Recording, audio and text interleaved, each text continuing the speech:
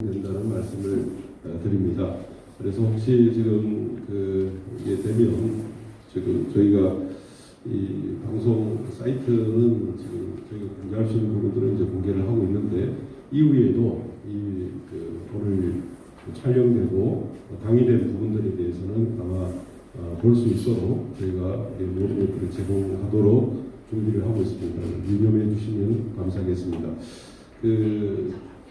이제 1강의를 시작할 텐데요.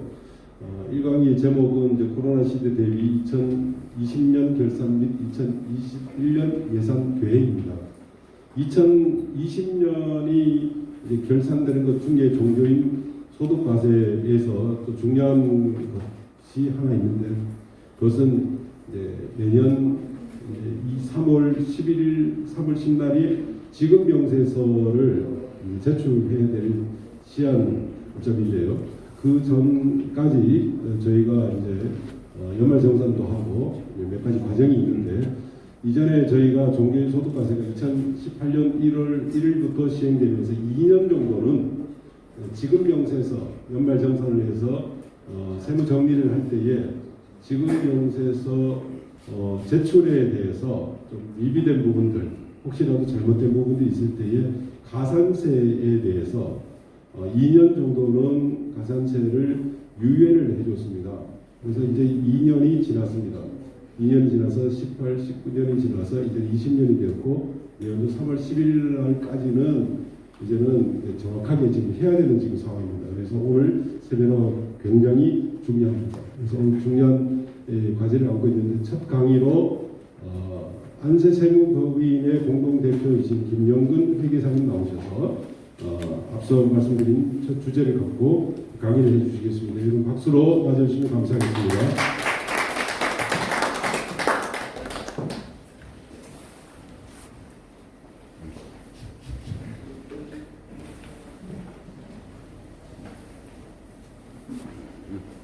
제1주제 코로나 시대 대비 2000년도 결산 및 2021년도 예산 계획 방법에 대해서 강의 맡은 김영근 회계사가 되겠습니다. 제목은 이렇게 지금 결산과 예산이라고 해서 이렇게 사실은 뭐 여러 단어를 쓰고 거창하게 되어 있지만 한마디로 압축을 하게 되면 우리 교회 재정 관리입니다. 그래서 예산과 결산은 우리 재정 관리의 시작과 끝이다라는 생각을 하셔야 되고요. 그렇다면 우리가 지금까지 재정 관리를 위해서 예산과 결산을 잘 해왔습니다. 잘 해왔고 어쨌든 간에 많은 시간 동안 해왔지만 지금 이제 코로나 시대를 맞아서 특별한 변화가 생겼습니다. 성도 수도 줄어들고 우리 교회 재정 수입도 한 20-30% 이상 줄어드는 교회가 많이 소출하고 있는 상태고요. 만약에 백신이 나온다 하더라도 이 여파가 내년도 연말까지는 갈 거라는 것이 전문가들의 공통된 의견입니다. 그렇다면 이런 시대가 실은 이게 재정적 충격은 사실은 이제 전체적인 경제 상황을 보게 되면 불황과 맞물게 되어 있습니다. 그래서 이런 불황이나 이 코로나 충격을 가지고 우리가 어떻게 하면 우리 재정 관리를 해야 되는데 그에 대한 우리가 테마를 가져야 될 것이 재정적 차원에서 지속 가능한 교회를 위해서 어떻게 재정을 봐야 될 거냐. 그런 식 테마로 생각하시고 들어주시면 될 것 같습니다. 하지만 이제 여기 제가 이제 강의를 시작하면서 우리가 이제 초교파로 모이다 보니까 우리 이제 교회 헌법이나 어떤 이런 것 따라 가지고 회원총회가 이제 나오게 되는데 이 회원총회 용어를 이렇게 이제 예장 중심의 공동회라는 말을 쓰기 때문에 혹시 제가 이제 공동회라는 용어를 쓰더라도 이렇게 오신 분들께서 좀 양해를 드리겠습니다. 네, 지금 이제 예산과 결산의 이제 순서가 나와 있는데요. 우리가 이제 예산과 결산을 본다면 예산과 결산을 누가 하냐 이거죠. 예산과 결산을 하는데 이 예산과 결산을 하는 사람은 교회가 하는 겁니다. 자, 그 말이 무슨 말이냐면 우리 교회가 독립된 인격체로서의 교회를 우리가 사실은 마음속으로 하고 있느냐부터 정리를 해야 됩니다. 그래서 우리 교회가 독립된 인격체로 해야 되는데 근데 교회가 어떻게 예산 결산을 하냐고. 이게 이제 인격이 아니다 보니까 이 인격을 부여하는 가장 중요한 법적 주체가 회원총회인 이 공동회가 사실은 여기 예산 결산의 주체가 됩니다. 다만 그 과정에서 여러 가지 절차가 있겠지만, 그래서 독립된 인격체로서의 교회와 어떤 우리 회원총회의 공동의 주체의식을 우리가 가지고 예산 결산을 가게 된다. 자, 그렇다면 이 예산 결산을 하는데 예산 결산을 누굴 위해서 하느냐 이거죠. 자, 그렇다면은 이렇게 이제 우리 영성적 교회를 떠나서 사회적 조직으로서 그 교회를 볼 때 이 교회에다가 헌금을 제공하는 사람이 사실은 성도들입니다. 우리 이제 회원총회 분들이 되는데, 그래서 1차적으로 예산과 결산을 우리가 해야 되는 대상, 누굴 위해서 할 거냐라고 할 때 첫 번째가 성도들, 우리가 회원총회인 공동의 회원들을 위해서 예산 결산을 한다라는 게 첫 번째입니다. 자, 두 번째는 공동회나 회원총회지만 교회는 이 재정을 관리를 해야 하는 거예요. 그렇다면 공동회는 그것을 우리가 이제 엄밀하게 보게 되면 승인하는 절차를 하는 거고, 사실상 살림을 살고 이것을 관리하는 주체는 당회나 운영위원회가 사실은 관리를 하게 되는 거고요. 그 다음에 한 발 더 나간다면 우리가 이제 교인도 있고, 두 번째는 당연히 재정을 관리하는 당연히 이제 이분들이 이제 관리 목적으로 우리가 예산과 결산해야 되는데, 한 발 더 들어가서 우리 교회가 어떤 그 국가기관부터 이렇게 관심을 받고 있는데, 우리 국가기관에서는 교회를 뭐라고 용어를 지칭한다면 공익법인이라고 용어를 지칭하고 있어요. 그렇다면 우리 교회가 공익법인으로서의 교회가 그 차원에서 예산 결산도 해야 된다. 그래서 자, 다시 한번 정리를 해드리면 예산 결산을 누굴 위해서 할 거냐라면서 첫 번째가 교인, 공동회, 회원총회죠. 두 번째는 이걸 관리 목적의 예산 결산이 이루어져야 되고, 세 번째는 공익법인으로서의 교회의 예산 결산이 이루어져야 된다라는 이 세 가지 관념을 우리가 가지고 예산 결산을 가야 된다. 근데 우리는 지금까지 그런 생각 없이 그냥 우리가 매일 해오던 대로 이렇게 예산 결산을 해왔단 말이에요. 그래서 지금부터라도 이것을 보고하고 관리하는 주체를 위해서 그렇다면 어떻게 할 거냐, 어떤 시각으로 우리가 예산 결산을 볼 거냐에 대해서 본격적으로 말씀드리는데, 우리 같이 비영리 공익법인의 교회는 결산보다는 예산이 8대2 정도로 중요합니다. 그래서 우리가 이 예산을 80%의 중요성을 가지고 예산을 잘 짜야 된다. 그래서 그 예산을 잘 짜는 출발점 자체가 교회의 건전 재정의 출발점이라는 생각을 하시고요. 이 예산을 그러면 어떻게 하면 잘 짤 거냐라는 부분에 대해서 관심을 가지고 봐주시면 될 것 같습니다. 그래서 이 순서는 예산의 정의, 예산의 원칙, 그다음에 예산의 편성 절차, 그다음에 예산의 순서, 예산의 표준 양식, 그리고 코로나 시대 예산 정책 시 고려 요인이 되어 있고요. 결산에서는 결산의 정의, 결산의 절차, 결산 시 고려 요인, 결산 서류 유형, 코로나 시대의 결산 요령, 그래서 이 형태로 설명을 드리도록 하겠습니다. 자, 예산이라는 이제 제목이 나와 있는데, 우리가 지금까지 예산을 당연히 이제 뭐 그렇게라고 생각돼 있지만 한 번 정도 개념을 정리한다는 차원에서 이 내용을 테마를 보시면 될 것 같습니다. 자, 예산은 교회가 일정 기간 회계년도, 그러니까 1년을 보통 하는 거죠. 1회계년도에 1년 동안에 수행할 기능과 사업에 대해 소요되는 재원을 세입과 세출로 구분해서 화폐 단위로 표시한 계획서다. 이렇게 돼 있죠. 그래서 여기는 이제 사실은 이야기하기 쉬운 사람들로 하게 되면 다 단어 하나하나 끊어가지고 많은 설명을 해야 되겠지만, 일단 이제 여기 오셨으니까 개념적으로 그렇지, 예산은 그런 거지. 그래서 그런 정도는 여러분들 이제 규정을 하시고 보시면 될 것 같습니다. 그 다음에 예산의 원칙입니다. 자, 이런 원칙이라는 것은 우리 교회의 형태가 어떻게 됐든, 초창기 교회든 성장 과정에 있든 어떤 성숙 과정에 있든 어떤 형태에 있든 간에, 또 어느 교파로 하고 어떤 식에 있든 간에 우리가 예산을 짤 때는 꼭 지켜야 될 원칙이 되겠습니다. 이 길은 전체가 이제 한 7가지가 되는데요.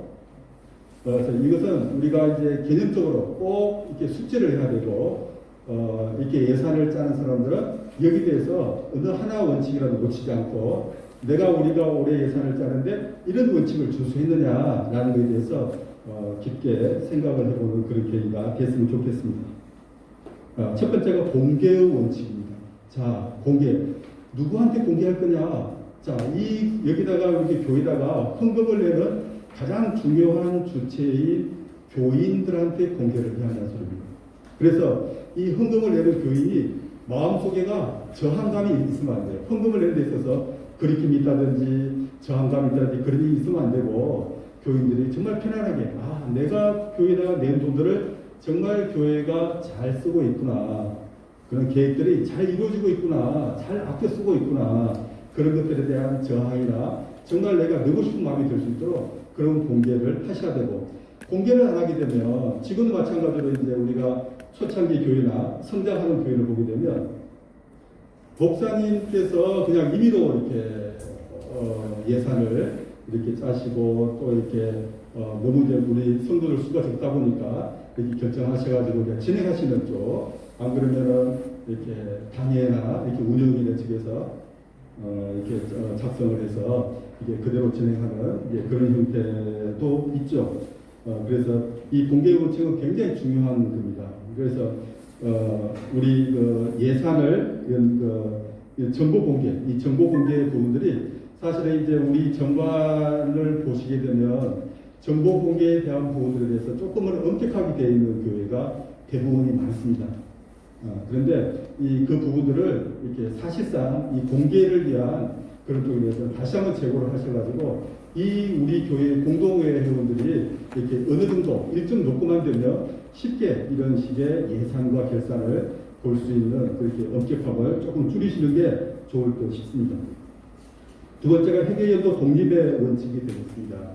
그래서 우리는 보통 이제 1년 단위 회계 단위를 가지고 예결사를 짭니다. 그래서 1년 단위를 초과한 무한한 기간을 가지고 우리가 예산을 짜는 구조가 되면 안 되고 매 연도별로 이렇게 되는데 문제는 지금 이제 현실적으로 우리가 이제 회계연도를 구분할 때 과거 같은 경우는 12월 1일부터 시작해서 다음 연도 11월 30일까지를 보통의 회계연도로 생각하고 크리스마스 막 있는 달을 우리가 이제 시작하는 달로 해서 이렇게 해왔는데 어떤 그 국가나 여러 가지 이렇게 우리가 보통 쓰고 있는 회계연도가 1월 1일부터 12월 31일까지라는 걸 감안하게 되면 지금은 많은 교회가 이렇게 12월 1일부터 11월 30일까지 기간을 1월 1일부터 12월 31일까지로 하는 많이 좀 개정을 하고 있습니다. 그래서 이렇게 개정을 하는 것도 한 부 정도는 고려를 해봄직한 내용들입니다.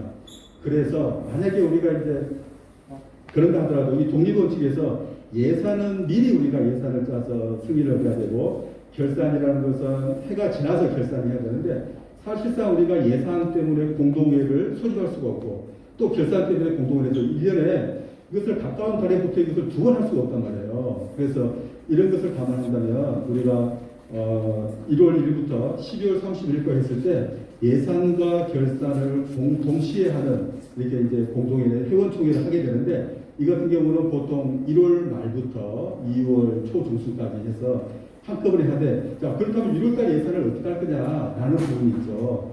그래서 이런 것도 감안해서 제가 예산에 대한 종합점수를 할 텐데 이런 것이 이제 우리 이제 이런 예산에 관련 용어로 보게 되면 준 예산이라고 합니다. 그래서 기간이 지났을 때 돈을 우리가 예산이 안 잡히는데 돈을 쓰려면 과거의 예산 형태를 그대로 이렇게 쓸 수 있는 그런 준 예산 제도가 도입돼야 되는데 그런 것도 우리가 이제 정관에서 기록이 되는 형태가 돼야 될 것 같습니다. 그다음에 재정건전 운영의 원칙입니다.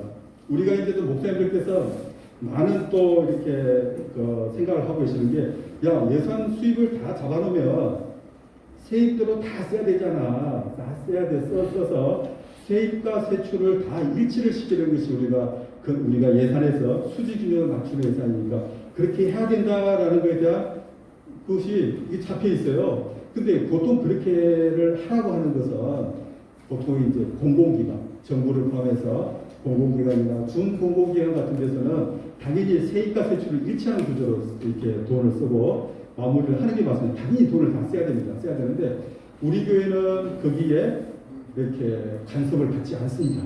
그래서 내가 우리가 헌금 수익을 다 받은 대로 그게 다 써야 된다라고 라는 거에 대해서는 벗어나셔도 상관이 없습니다. 아무런 법적 제약이 없는 거예요.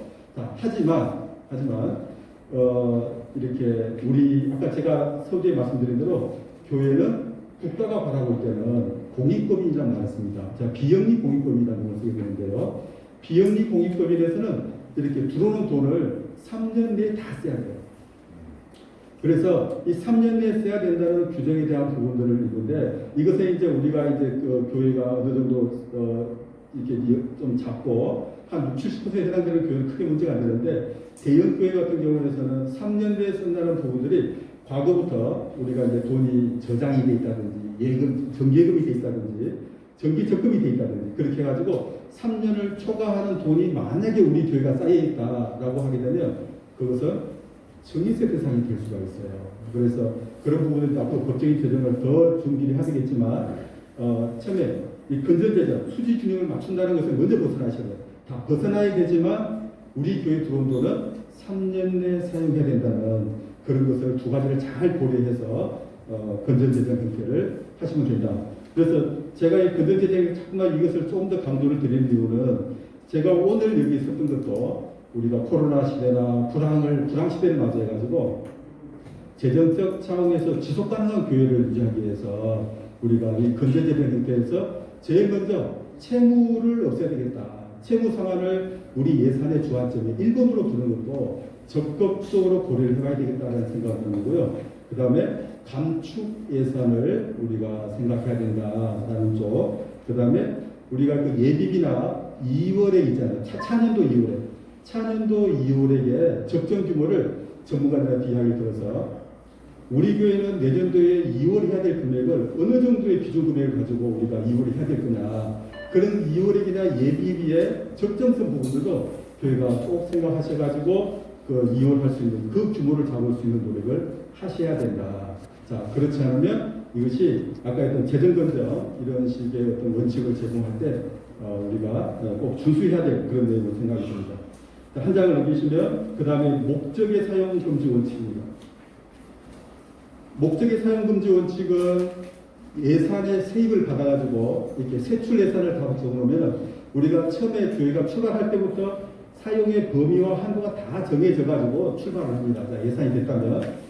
그래서 모든 교회마다 관 항목에 의해서 그 개정 과목의 금액이 다 정해지게 되는데 그 개정 과목에 정해진 금액만큼만 우리가 사용해야 되는데 이 쓰다 보면 돈이 부족한 경우가 있어요. 그래서 이런 경우에서는 우리가 관, 항, 목당 전출을 시켜가지고 이렇게 이제 되는데 그 전입 전출을 시킬 때도 당연히 정관상의 법적 절차가 있습니다. 그래서 그런 절차를 거쳐서 우리가 관, 항, 목 간에 내가 부족한 남는 돈에서 부족한 데 돈을 옮겨가줬을 때도 그런 어떤 정관상의 절차를 거치지 않으면 이렇게 배임이 될 수가 있어요. 그래서 그런 식의 우리가 한간의 전출 문제랄지 그 다음에 두 번째는 추경 없이 우리가 이제 추가 경정 없이 혹은 이제 어떤 항목이 없는데 돈을 써야 될 때가 생겼어요. 생기면 그 돈을 새로운 개정 과목을 설정해서 거기다 돈을 넣은 다음에 그 돈을 써야 되는데 이런 경우에서는 당연히 이것도 마찬가지로 추가 경정 예산이나 그런 짓을 해가지고 그것을 돈을 집어넣어서 그 돈을 써야 되는데 교회가 작으면 작은 대로 큰 교회는 큰 교회대로 그런 식의 계획 없이 돈을 덤뿍 쓰는 경우가 많다. 특히 이제 담임 목사님께서 이렇게 제1대로 계시는 게 있잖아요. 이렇게 하고 이제 2대, 3대 내려가시게 되는데 1대로 있어서 이렇게 교회가 하는 경우는 담임 목사님의 이게 사실상 권한이 많이 크시잖아요. 그래서 그러다 보니까 이 돈을 집행하는 데 있어서 이 관항목 간의 문제랄지 추경 없이 돈을 항목을 정하지 않고 돈을 함부로 쓰는 그런 절대로 불가하다. 있어서는 안 된다. 그래서 실제 우리 교회의 예산 결산에 승인을 내줬던 회원총회, 그러니까 공동회나 사무총회, 사무위원회 이런 식의 승인 나지 않는 항목 간의 전용 문제랄지 임의적인 자금을 제출하는 부분들은 절대 불가하다고 생각을 하시면 되겠습니다. 그래서 이런 것을 지키는 것도 목적의 사용금지 원칙의 내용이 되겠습니다. 총계주의 원칙이 있는데요. 이 총계주의 원칙이 뭐냐면 모든 세입은 세입에 다 들어야 돼요. 밖에 나와 있는 세입이 있어서는 안 된다. 그래서 우리 세입장부는 모든 수입이 다 들어야 된다. 자, 세출도 마찬가지로 교회가 지출해야 될 항목은 전체 금액이 다 들어오는 구조가 돼야 된다. 그래서 이것은 우리가 개념적으로 알아요. 근데 현실적으로 제가 교회의 세입 세출의 예산 형태를 보게 되면 큰 교회 같은 경우도 이렇게 뭘 하나 더 고치냐면은 전기에서 넘어온 이월 금액이 있어요. 전기 이월을 수입을 안 잡는 게 문제예요. 전기 이월도 중요한 세입이다 라고 생각하셔가지고 우리가 전기 이월의 세입을 받아서 그 다음에 올해 들어올 세입의 토탈을 더해가지고 그리고 이제 세출에 예산을 잡는 구조가 맞다. 그래서 전기 이월을 놓치는 경우가 없도록 신경을 써주시면 좋을 것 같고요. 이 총계직 원칙에서 세출을 우리가 쓰고 남으면 남는 금액이 차년도 2월 금액이 됩니다. 그래서 그렇다면 이 차년도 2월 금액에 이것도 전체 세출의 하나의 형태가 될 수가 있기 때문에 우리가 차년도 2월 금액의 적정성 얼마를 남기고 내가 넘길 거냐라는 문제를 이렇게 죄송합니다. 그래서 그렇게 생각하고 이렇게 총계직 원칙을 보셔야 된다. 그다음에 사전결의 원칙이다.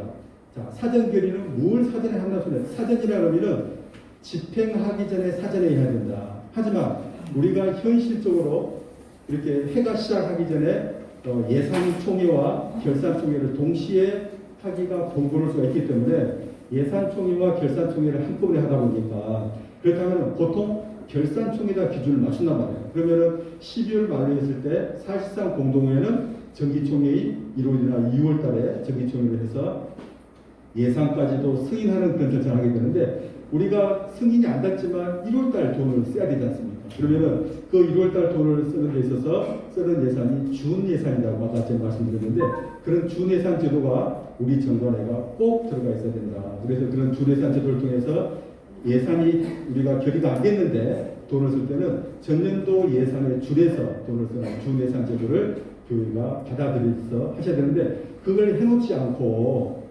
그냥 준예산 제도도 들어가지 않는 상태에서 우리가 해를 넘겨서 이렇게 결산총회에서 예산까지 승인하면서 지난 연도의 돈을 임의로 쓰는 그런 형태가 생겨서는 안 될 것 같다라고 말씀을 드린 겁니다. 그 다음에 이제 마지막으로 한정성의 원칙인데요. 우리 예산의 세입은 상관없는 세출에 이렇게 사용하는 돈은 부분들은 전부 다 꼬리표가 붙어 있어요. 이 돈은 1년 이내 써라. 이것은 이 계정 과목에 써라. 이 성격으로 써라. 다 정해져 있기 때문에 이런 모든 돈들이 다 한정적인 돈이니까 프리하게 놔둔 것도 없다. 자, 근데 마지막으로 예비비란 돈이 있는데 예비비도 마찬가지로 이 예비비는 그냥 막 쓰는 돈이 아니고 이런 목적하에만 예비비를 씁니다라고 그 용도를 사실상 교회가 정해야 됩니다. 함부로 쓰면 안 된다는 소리죠. 그래서 우발적 상황할 때 이런 식의 돈을 쓸 수 있는 그런 것들을 교회가 이제 우리가 예산도 과거에 우리가 많이 해온단 말이에요. 해오면서 경험이 축적되다 보면 우리 교회는 예비비를 이런 데 써 라고 이렇게 이야기할 수 있는 구조가 나오기 때문에 예비비도 그 성격이 말은 예비비지만 사실상에 우리가 집행하는 내용이 정해져야 된다라고 생각하셔가지고 이 한정성의 원칙을 이해하시면 될 것 같습니다.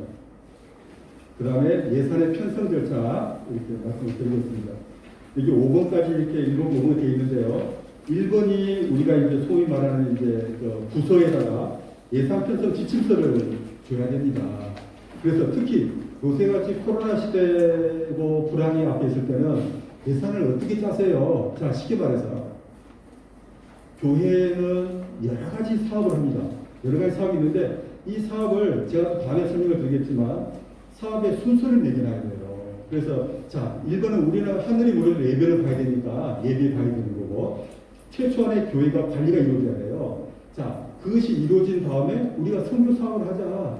선교 사업 무조건 중요한 거니까 선교 사업을 가야 되고 그 다음에 우리가 또 교육 사업을 하자. 이게 사업을 늘려가야 되는데 그래서 우리가 이런 식의 사업의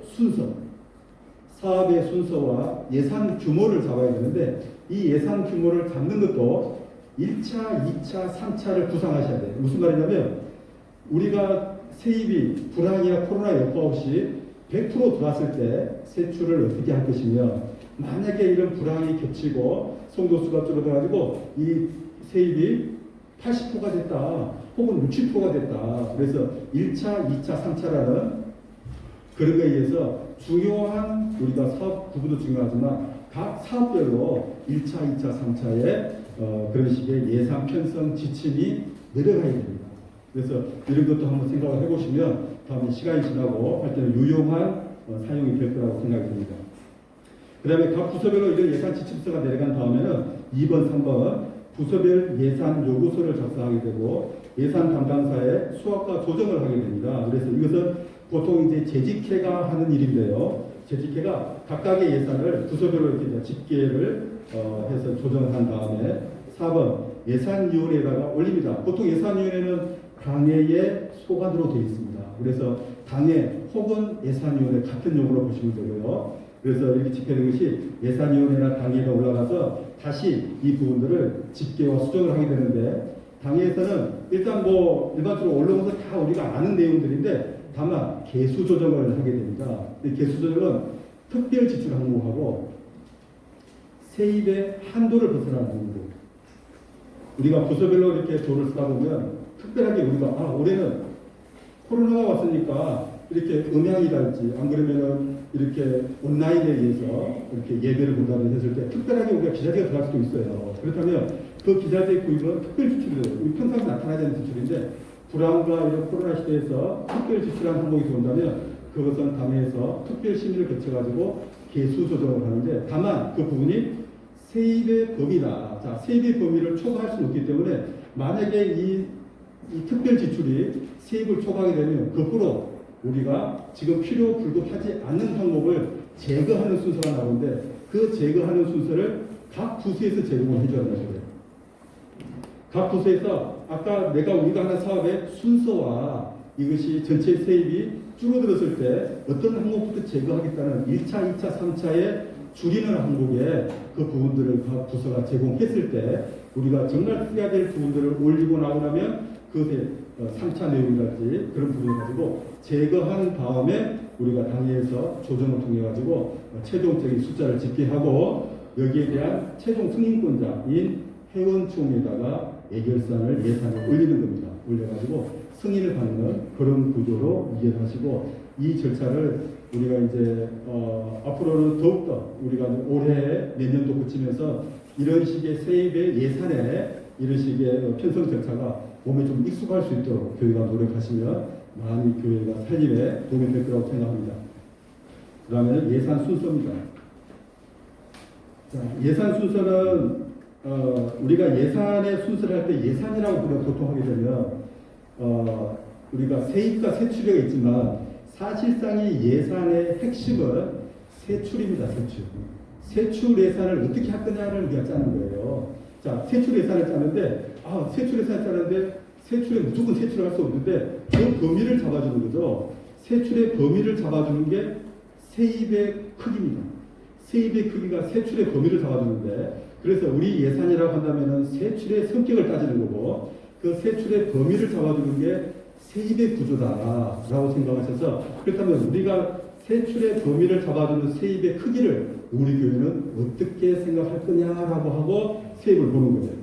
그래서 그런 세입의 형태를 제가 잠깐 설명을 드리면 세입이라고 한다면 옆에가 이제 가로 열고 자체 지원금, 가로 헌금되어 있고 그 다음에 의존재원 보조금 더하기 채무 이렇게 되어 있습니다. 그래서 우리가 이제 세입이라고 한다면 헌금 수입이 사실은 대부분이죠. 헌금 수입인데 만약을 대비해서 외부에서 도움을 받는 보조금 같은 것이 있을 수 있다. 그런 것이 있는지 그 다음에 만약을 대비해서 우리 교회가 아주 안 좋은 상황, 세입이 생각보다 안 들어왔다 했을 때 채무를 조달할 방안까지 생각을 해서 세입을 예측을 하셔야 됩니다. 그래서 이 부분도 자체적인 헌금과 외부의 지원금과 채무라는 성격을 두되 순서를 보시면 첫 번째 당년도 결산 후 2월에 계산돼 있잖아요. 이 계산이라는 소리는 세입을 짤 무렵에는 올해 연도 말에 2월금 금액이 안 나와 있어서 우리가 추산을 해야 돼요. 2월금. 그래서 아까 제가 말씀드린 대로 2월금도 아주 중요한 세입이다라는 개념을 꼭 아셔야 됩니다. 그래서 2월금 놓치지 마시고 2월금이 이렇게 이렇게 그래서 내가 돈 들어 다 쓰겠다라고 하면 2월금이 최소화되고 마이너스가 될 수도 있겠지만 이 2월금에 대한 생각을 지속 가능한 우리가 교회의 어떤 재정을 생각한다면 2월금은 아주 중요한 항목이 됩니다. 그래서 2월금에다가 조금 더 악센트를 더 두셔도 좋은 시기라고 말씀드릴 수가 있겠습니다. 자, 차년도 세입 예산에 산정하는데 우리 교회에 세입을 산정할 때 제일 중심이 되는 게 11조입니다. 자, 우리 교회 재정을 저희들이 분석하다 보면 11조가 전체 세입의 60%를 넘어요. 그리고 나머지 감사원금, 주일원금, 기타금 쭉 헌금들이 열거되어 있는데 이런 것들은 그분 A라는 사람의 11조의 규모에 비례해서 어느 정도는 상관관계를 가지고 감사원금이, 주일원금이, 기타금들이 이렇게 교회 헌금으로 수익으로 잡히게 되어 있습니다. 그래서 우리 교회가 세입을 짤 때는 11조를 얼마만큼 잘 짜느냐가 사실은 세입의 가장 중요한 핵심이다. 자, 그렇다면 이 11조를 어떻게 확정시키느냐가 사실 중요해요. 그래서 11조를 확정시키는 방법은 각 교회마다 물론 다 차이가 있고 노하우가 있겠지만 저희들이 볼 때는 연말 우리배 각 사람별, 성도별로 약정 금액을 구체적으로 받을 필요가 있습니다. 자, 약정 금액을 구체적으로 받아서 그 약정 금액을 교회가 확보를 해야 돼요. 그래서 그것을 꾸준하게 이렇게 하루 이틀이 안 됩니다. 그래서 한 달이면 한 달의 기간을 가지고 약정 금액을 우리가 받을 수 있도록 그런 노력을 계속 하셔야 되고 그 약정 금액을 받을 때 자, 우리가 교회가 어렵고 성도가 빠져나가는 계획을 짜을 때는 자, 12개월이 원칙인 약정 금액을 받겠지만 우리가 올해 같은 경우는 12.5개월 혹은 13개월로 합시다. 서로 합의하면 되는 거예요. 성도하고 우리 교회가 합의하면 되는 거니까. 그래서 12개월 내지 12개월이지만 12.5개월, 13개월로 여유가 있으신 분들은 13개월 할 수 있는 그런 부분들을 약정 금액을 받을 수 있는 그런 노력을 단회와 운영이가 머리를 짜내야 돼요. 짜서 구체적으로 이 11조를 확보를 해야 세입이 중심을 잡는 거예요. 그러고 나면 나머지 감사원금, 주일원금, 기타원금은 여기에 따라서 비례적으로 따라옵니다. 그래서 이런 것을 잘 아셔서 우리가 11조를 어떻게 확정시켜 나가냐, 거의 확정시켜 나가냐. 왜냐하면 우리는 마음을 담아서 이렇게 헌금을 하기 때문에 내가 하나님하고 약정을 하게 되면 우리 성도들은 대부분 납부할 생각을 가지고 있고 그런 마음이 있던 특별한 경우 아니에요. 그러니까 이 부분을 어떻게 약정화하고 구체화할 거냐 노력을 우리는 꼭 교회가 놓지 말고 해야 된다. 놔두면 안 됩니다. 그래서 이것은 교회를 위해서 하나님 사업을 위해서 정말 우리가 해야 될 중요한 일이라고 생각이 됩니다. 그다음에 여기 지금 내용에서는 빠졌지만 우리 교회가 전체가 해당되지는 않지만 교회가 수익 사업을 하는 경우가 있습니다. 그 대표적인 게 임대 사업도 있고 카페 수익도 있고 혹은 여러 가지 이제 수익 사업을 하시게 되는데 이런 수익 사업에서 교회로 전입되는 돈들이 있어요. 그래서 그 수익 사업에서 교회로 전입되는 것도 예산에 편성이 돼야 된다는 거예요. 근데 이것도 우리가 임대 사업이나 여러 가지 카페 사업을 하면서도 수익 사업에서 교회로 전입되는 돈들을 놓쳐가지고 그 넣지 않고 그냥 수익은 수익 사업대로 그냥 방치하는 경우를 제가 많이 봤는데 그렇게 하시지 말고 일정하게 올해는 얼마 들어올 수 있지? 라는 식으로 잡아서 세입 예산에다가 포함할 수 있는 그런 정도가 필요할 거라고 생각이 듭니다. 그 다음에 세출 예산입니다. 자, 세출 예산은 성격이 경상 예산, 사업 예산, 채무 상환 크게 세 가지가 나가 있습니다. 경상 예산은 우리 교회 일반적으로 경상을 쓰는 거죠. 그 다음에 사업 예산은 성전 건립 같은 사업에서 쓰시는 거고 채무 상환과 예비비라는 크게 세 가지 테마가 사실은 이루어집니다. 그래서 여기가 세출에는 1번, 2번, 3번이 나와 있죠. 근데 먼저 우리가 이제 보통의 경우는 2번이 먼저 와야 됩니다. 자, 2번을 차년도 지출의 예산을 산정한다. 자, 차년도 예산을 지출 산정하는데 그냥 산정하시면 안 돼요. 우리가 과거에 내 부서, 자, 우리 재직회가 있는데 재직회 부서가 있다고요. 그럼 있으면은 내가 속해 있는 부서에서 작년과 대비해서 작년에 어느 정도의 세입이 들어왔을 때 우리 부서로 들어온 돈이 얼마다라는 금액을 평균 금액을 딱 잡아놓고 가로 2번을 시작하셔야 돼요. 가로 2번을 시작하는데 그럼 내가 어느 정도 범위 내에서 이 평균적인 발생액을 산정을 먼저 한다. 두 번째, 내가 우리 부서의 세입 금액의 한도를 잡아놓고 특별 지출액을 우리 이 부서가 해야 되는데 이 특별 지출 쪽은 당의 승인이 나게 됩니다. 당의 협의를 해야 되기 때문에 미리 이 부서가 특별 지출의 승인을 얻기 위해서 당해와 승인을 거쳐서 특별 지출을 넣으면 우리 부서한테 할당됐던 세입 규모를 넘어간다는 거예요. 그래서 미리 다른 부서가 하기 전에 우리 부서가 먼저 하는 그런 부분들을 이제 물론 이제 당해가 다 조정을 해야 되겠지만 그래서 평균 지출액과 특별 지출을 당해를 거쳐서 이렇게 이룬 다음에 취합을 해서 전체적인 세입 초과분을 필수가 세입 초과분을 지출을 줄일 거냐 다른 지출을 없앨 거냐 안 그러면 보조금이나 채무를 조달할 거냐라는 판단을 마지막으로 하게 되는데 제가 이제 우리 같은 경우는 바로 일본으로 올라가시면 채무 상환입니다. 채무 상환. 우리 불황에서 제일 어렵고 다루기가 어렵고 힘들고 있어서도 안 되고 우리가 이게 교회가 지속 가능한 교회가 되기 위해서는 채무가 최소화돼야 된다. 그래서 저희들 전문가들이 생각할 때 우리 교회의 적정 채무라고 저희들이 이렇게 하는 부분들이 교회 재산의 30% 넘어가면 안 됩니다. 30% 넘어가면 교회가 지속 가능하지 못해요. 이용합니다. 이용을. 그래서 30% 법인대로 줄이기 위한 교회 채무를 줄이기 위한 예산 편성을 먼저 하셔야 됩니다. 30%가 넘어가 있고 40%, 50%가 된데도 교회 들어온 세입을 활동에 다 쓰고 이자만 상환하고 있는 교회는 많이 봤어요. 이게 안 돼요. 이제 거기서 우리 교회 건전 개정을 하기 위해서는 30% 범위를 빠른 시간 내에 쪼개야지 견딜 수 있는 거지. 그렇지 않으면 교회가 견디기가 어렵다. 그래서 이 채무 상환이라는 것을 우리가 1번으로 잘못된 것이 부분이고요. 3번에 보시면 2월의 규모를 우리가 잡아야 되는데 1 내지 2개월치 사용분. 아까 제가 준예산이라는 말을 했었죠. 그래서 이 준예산이라는 형태에서 우리가 하는 무슨 말이냐면 예산이 결의가 안 됐는데 돈을 써야 될 때는 준예산 제도를 해야 된다.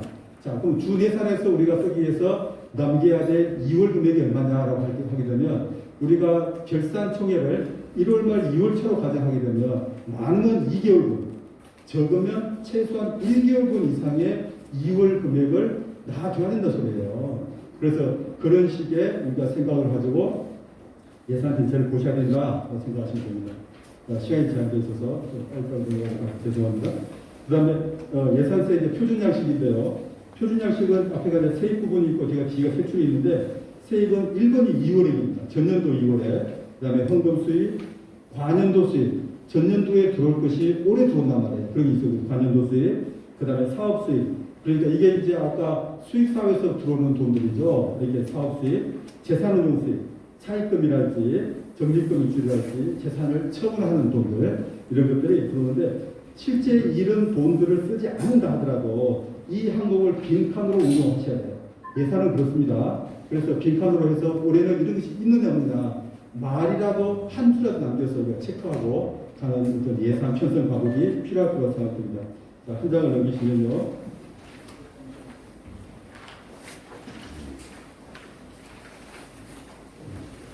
세출 쪽인데요. 세출 쪽은 여기 보면 우리 예산의 꽃이다. 예산에서 우리가 예산한다, 편성한다 라고 할 때는 세출 예산이 사실상 예산이라는 말을 쓰는 쪽입니다. 네, 다 범위를 위해서 세입 예산이 들어오는 건데 이 세출 예산은 마찬가지로 여기 보시면 인건비, 예배비, 선교비, 교육훈련비, 봉사비, 수용비, 목회 활동비, 자본지출 이렇게 나와 있는데요. 이것은 외부 공표용 세출 예산서다. 그리고 관리 목적상 세출 예산서는 또 틀리다. 그것은 부서별로 별도로 부서별로 관리를 하는 그리고 관리용 세출 예산서 나와야 되는 거고 그 다음에 우리가 아까 제가 서두에 공익법인으로서의 교회 그럼 공익법인으로서 교회의 세출 예산서도 우리가 구상하고 있어야 돼요. 그래서 이 세 가지 목적을 다 할 수 있는 그런 식의 예산서가 필요합니다. 그 다음에 이제 우리 코로나 시대 때는 이렇게 지금 말씀을 다 드렸기 때문에 정리하면서 한 줄로씩만 넘어가도록 하겠습니다. 첫 번째는 코로나 시대에서 우리가 재무적 차원에서 지속 가능한 교회 예산을 우리가 테마로 잡아야 되는데요. 이러면 채무를 줄이는데 목표가 30% 우리 교회의 전체 예산 규모의 30% 이상을 넘지 않는 30% 넘을 수 있도록 할 수 있도록 채무의 최소화를 노력한다. 그래서 빨리 거기까지는 떨어뜨린다. 안 그러면 전체를 다 상환해버린다. 그 다음에 교회 우선 사업의 순위 결정을 해야 되고 사업별 예산 규모가 1차, 2차, 3차라는 우리가 재정 규모가 줄어들었을 때에 지출 예산을 편성하는 습관을 들여야 되겠다. 그 다음에 네 번째는 부족 수입을 위해서 보조금이나 채무 조달 방안도 해를 시작하기 전에 만약에 우리가 돈이 5억이 부족하다, 10억이 부족하면 이걸 어떻게 할 거냐라는 것을 그때그때 각자 사실 말고 만약을 대비해서 우리 교회가 만약에 채무를 동원한다면 채무가 어떻게 해서 얼마 정도가 가능하냐라는 것도 주 거래은행과 합의를 해서 한도를 받아놓으시는 것도 방법일 것 같습니다. 5번이 차년도 사업을 위한 예비비와 2월의 범위를 확대하는 쪽을 고민하셔야 됩니다. 이게 무슨 말이냐면 건전재정을 위해서 2월의 구매를 최소한 2개월가 이상 예비비, 우리가 만약을 대비한 예비비 폭을 늘려놨을 때 교회 어려웠을 때 쓸 수 있는 구조가 나옵니다. 그래서 예산이 사실상 전체 예산 결산의 80% 정도 차지할 정도로 아주 중요한 내용이기 때문에 예산에 시간을 많이 할애했고요. 결산의 부분들을 제가 간단하게 캐치해서 넘어가도록 하겠습니다. 자, 결산이라는 것은 예산이 결정된 대로, 예산이 됐던 대로, 책정된 대로 일정 기간 안에, 일정 기간에 일어났던 교회의 세입과 세출, 이것은 예산대로 세입과 세출이 재산 상태와 운영 수지를 알 수 있도록 서류를 작성해 주는 거냐면, 결산이라는 것은 예산의 보조행위다. 그래서 무슨 예산을 뭘 해야 되냐면, 예산을 위해서 결산은 분석을 해야 돼요. 분석을 해서 이 분석된 걸 가지고 예산을 잘 짰느냐, 예산을 잘 집행했느냐를 평가하는 도구로 쓰는 것이 결산이에요. 그래서 우리가 예산과 결산이 있고 결산이 다시 예산으로 피드백돼서 좋은 예산을 짤 수 있도록 하고 다시 결산이 이루어지고 결산을 피드백해서 예산을 수정하는 그런 식의 그런 부분들을 우리가 잡아가야 올바른 예산과 결산이다 생각하시면 되고요. 그 다음에 결산의 절차는요.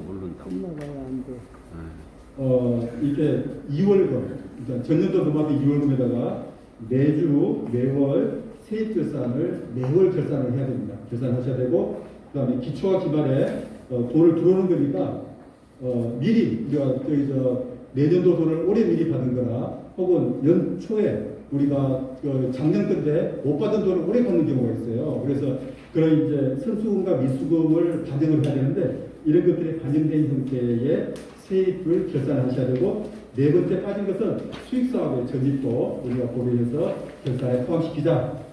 그 다음에 세출의 결산입니다. 세출 결산은 이것도 마찬가지로 이렇게 매월 각 부서하고, 그러니까 재직회와 격리부서가 이렇게 결산서를 작성한 다음에 우리가 기초 기반에 미지급이나 미리 지급했던 선급금이나 이런 것도 조정을 거쳐가지고 당에다가 이제 보고를 하고 공동회의에서 승인하는 그런 구조가 되겠습니다.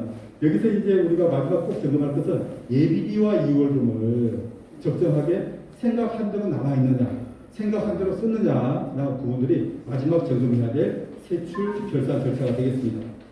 그 다음에 이제 결산 시 고려 사항을 설명을 드리겠습니다. 결산 시에 우리가 고려한 것은 무슨 말이냐면 좋은 예산을 짜기 위해서. 자, 보고를 하는데 회원총회에다가 보고하는 용이 있고 관리 목적으로 결산하는 용이 있고, 세 번째 비영리 공익법인으로서의 교회를 위해서 어떤 결산을 해야 되느냐, 그 다음에 이 예산이 잘된 예산이냐라는 것을 점검해주는 결산이 필요하다는 소리죠. 그래서 그런 의미의 결산을 우리가 했느냐를 점검하는 것이 여기에 있는 결산시 고려입니다. 그래서 세입은 헌금 종류별로 우리가 구분도 해야 되고, 헌금자별로 기부금 영수증 발급하려고 집계하는 것 하고, 현금의 헌금, 또 부동산도 있고 주식도 있고 또 많이 있지 않습니까? 이런 헌금도 별도로 우리가 집계를 해야 되고, 그 다음에 세출을 할 때는 우리가 공동의 보고용에 대한 세출 결산도 있지만 관리 목적이나 국세청 보고용의 세출 결산이 또 있다 생각하시면 되고, 그 다음에 수익 사업에서 돈을 집어넣어가지고 쓰는 돈들에 대한 결산도 포함돼야 된다라는 말씀을 드렸습니다. 네, 마지막으로 결산 시 우리가 이제 추가적으로 고려는 여기는 이제 아까 수익 사업인데요. 수익 사업은 이렇게 넘어가겠습니다. 수익 사업 혹시 이렇게 별도로 의문이 있으신 분은 이렇게 해주시면 이렇게 하겠습니다. 그다음에 우리 결산 서류인데요. 지금 우리 교회가 결산 서류를 단식 결산하고 지금 복식 결산을 하고 있어요. 그래서 이 단식 결산의 형태가 지금 하고 있는데, 이 단식 결산 형태는 우리 교회, 우리 여기 목사님 다 아시겠지만 우리 교회 지금 재산 크기나 재산의 건전성이나 재산이 어떻게 막 파손됐다든지 전체가 결산이 다 있는지 그런 것들은 사실은 단체 결산 가지고 어림도 없습니다. 그 다음에 채무가 얼마큼 지금 상환됐고 얼마큼 잔액이 남았는지 그래서 알 수가 없어요. 그래서 우리는 사실은 지금 작은 교회는 다시 계산하세요. 어쩔 수 없으니까 하는데 재정 수입이 3억이 넘어가고 내 교회 부동산이 시가가 5억이 되는 교회부터는 복식 결산을 생각하고 계셔야 돼요. 그때부터는 경제 재산 상태나 부채 상태나 이건 중요합니다. 더욱더 국가가 3억과 5억의 이 기준에 의해서 우리 교회의 재산을 통제하는 기준점을 갖고 있다 보니까 어떤 국세청을 대비하더라도 재정 수입이 3억이 넘고 자산이 5억 이상 되는 교회는 복식후기를 위한 결산도 대비를 하시고 이런 자세한 부분들은 전문가들한테 상의해 주시면 이렇게 저희들이 설명드리도록 하겠습니다. 자, 마지막으로 자, 코로나 시대 결산입니다. 우리가 이제 코로나 시대 결산은 쉽게 말하면 이게 두 단어입니다. 예산대로 우리가 예산과 결산을 피드백 한다고 했잖아요. 결산해가지고 피드백을 하는데 피드백의 기간 부분을 제가 정말 부탁을 드리는데 최소한 3개월 넘지 말고 결산을 하자. 그래서 3개월 단위로 예산과 결산을 비교하는 습관을 교회가 가져야 된다.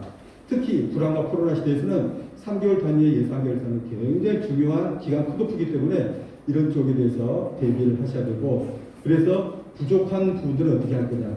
그 다음에 우리가 교회가 승인받지 않고 쓰는 돈들을 어떻게 할 거냐.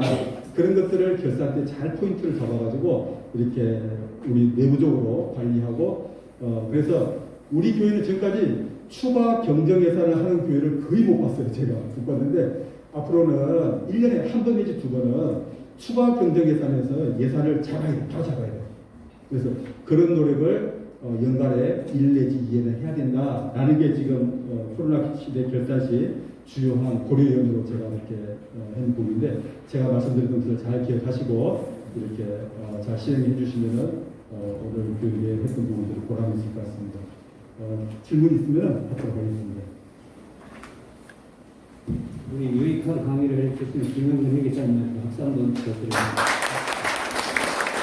그리고 자리 같은 경우 좀 받으려고 그랬는데요. 시간이 제약되어 있기 때문에 그 앞에 전화번호가 있어요. 그래서 개별적인 질의는 전화를 하시든지 아니면 강의가 끝난 다음에 별도로 질의해 주시기 바랍니다. 그럼 다음 강의를 시작하겠습니다.